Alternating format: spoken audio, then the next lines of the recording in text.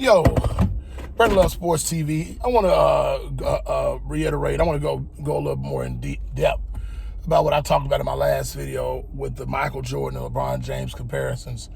One of the reasons that this is probably the biggest reason why LeBron James could never tie Michael Jordan's shoelaces nor carry his jockstrap.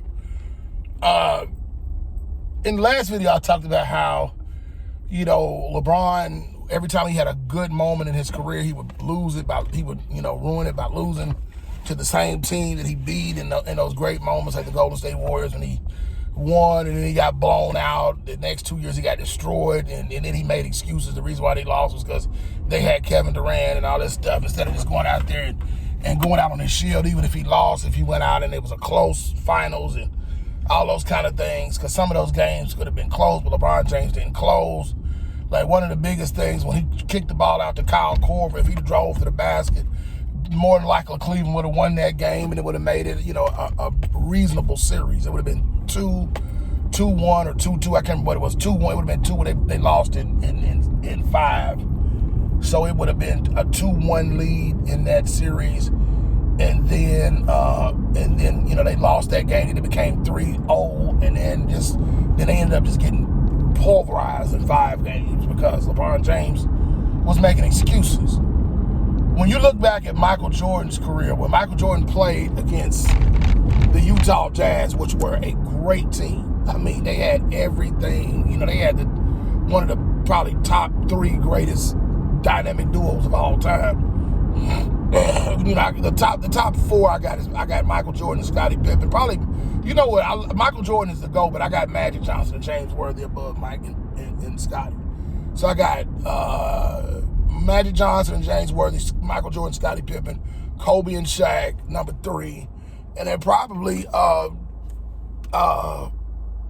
Stockton and Malone, number 4. So top 3 or 4 greatest dynamic duos of all time. So some of you LeBron James fanboys that try to discredit Michael Jordan by saying that, well, that Utah Jazz team wasn't that. No, y'all need to go back and look at the history.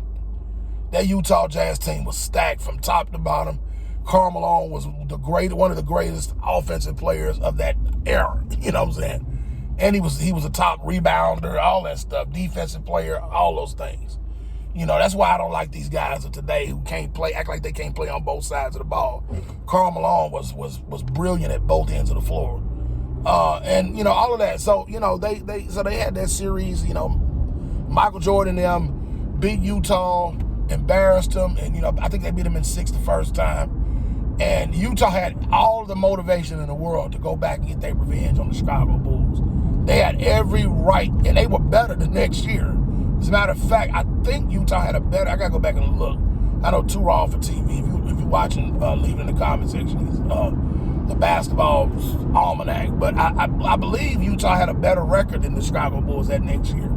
It even beat them in the regular season, I think, once or twice. And that next year they were ready. They were a formidable opponent. They were ready. They had trained and made themselves better and primed and ready. And what happened? Michael sent them home packing again at 6 and won the championship, beat them twice. You know what I'm saying? Whereas LeBron James beat the San Antonio Spurs, and then they turned around the next year and destroyed him in 5 games the next year. LeBron James beat the Golden State Warriors. What happened the next game? The next time they played the following year, came back, destroyed him in 5 games. So I'm like, y'all stop, man. This dude ain't nowhere near on no Michael Jordan level. Y'all, every time y'all call this dude a GOAT, y'all make me laugh, dude. You guys are pathetic. You know what I'm saying? Man, this dude is one of the biggest hype jobs in sports history, man. Stop it, man. Y'all, once again, y'all have been debunked and you've been ethered. Brandon Love Sports TV. Shout out to the LDBC, Lions Den Basketball Community.